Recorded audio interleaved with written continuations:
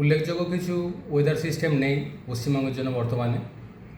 ফলে আগামী এক সপ্তাহ প্রধানত শুষ্ক ওয়েদারই থাকবে বেশিরভাগ জায়গাতে। শুধু 18 থেকে 19 তারিখের মধ্যে দক্ষিণবঙ্গের একদম উপকূলের কাছাকাছি অঞ্চলে, যেমন দক্ষিণ চব্বিশ পরগনা, পূর্ব মেদিনীপুর, উত্তর চব্বিশ পরগনা বা কিছুটা পার্ট পশ্চিম মেদিনীপুরের 18 থেকে 19-এর মধ্যে দু এক জায়গায় হালকা ধরনের বৃষ্টিপাতের সম্ভাবনা থাকছে। বৃষ্টিপাত থাকলেও সেটা সব জায়গায় না, দু এক জায়গায় থাকার সম্ভাবনা, এবং সেটাও স্বল্পস্থায়ী। এছাড়া অন্যান্য জেলাগুলো 18 থেকে 19-এর মধ্যে আংশিক মেঘলা আকাশ থাকার সম্ভাবনা এবং শুষ্ক ওয়েদার বেশিরভাগ জায়গায়। কলকাতা পার্শ্ববর্তী অঞ্চলের জন্য আগামী দুদিন অর্থাৎ 18 থেকে 19 তারিখ আংশিক মেঘলা আকাশ থাকার সম্ভাবনা।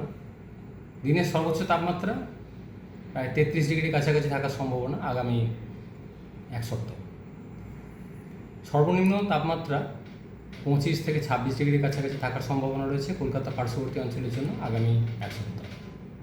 পশ্চিমের জেলাগুলো কলকাতা থেকে স্বাভাবিকভাবে সর্বনিম্ন তাপমাত্রাটা আরও 2 থেকে 3 ডিগ্রির মতো কম থাকে, সেটাই কন্টিনিউ করবে। উত্তরবঙ্গের জন্য আগামী এক সপ্তাহ প্রধানত শুষ্ক ওয়েদার থাকার সম্ভাবনা। 18 থেকে 19 তারিখের মধ্যে উত্তরবঙ্গের একদম উত্তরের পাহাড়ি এলাকা এবং দার্জিলিং, কালিম্পং পাহাড়ি এলাকা, পার্শ্ববর্তী জলপাইগুড়ির কিছুটা অঞ্চল, এই জায়গাগুলো দু এক জায়গায় হালকা ধরনের স্বল্পস্থায়ী বৃষ্টিপাতের সম্ভাবনা থাকছে। এছাড়া উত্তরবঙ্গ প্রধানত শুষ্ক ওয়েদার থাকার সম্ভাবনা। সোমবার আংশিক মেঘলা আকাশ থাকার সম্ভাবনা, আর তারপর খুব একটা কিছু নেই, প্রধানত শুষ্ক ওয়েদারই থাকবে। উল্লেখযোগ্য কিছু এই মুহূর্তে সোম থেকে বুধ যেটা বললেন, উল্লেখযোগ্য কিছু ওয়েদার নেই, শুষ্ক ওয়েদার থাকবে। অর্থাৎ হ্যাঁ, প্রধানত শুষ্ক ওয়েদার। পশ্চিমবঙ্গের জন্য উল্লেখযোগ্য কোনো ওয়েদার সিস্টেম বর্তমানে নেই, বা ইমিডিয়েট সেরকম কিছু নেই উল্লেখযোগ্য আগামী এক সপ্তাহের মধ্যে পশ্চিমবঙ্গের প্রভাব ফেলার মতো।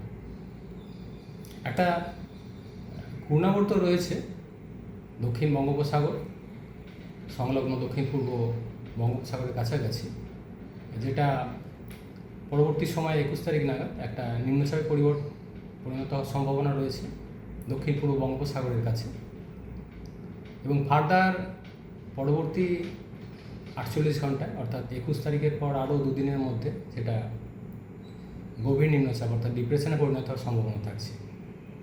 এই সিস্টেমটার প্রত্যাশিত যেটা এক্সপেক্টেড গতির অভিমুখ পশ্চিম উত্তর পশ্চিমের দিকে, অর্থাৎ ইমিডিয়েট এটা পশ্চিমবঙ্গে প্রভাব ফেলার মতো কিছু নেই, অনেকটা দূরে।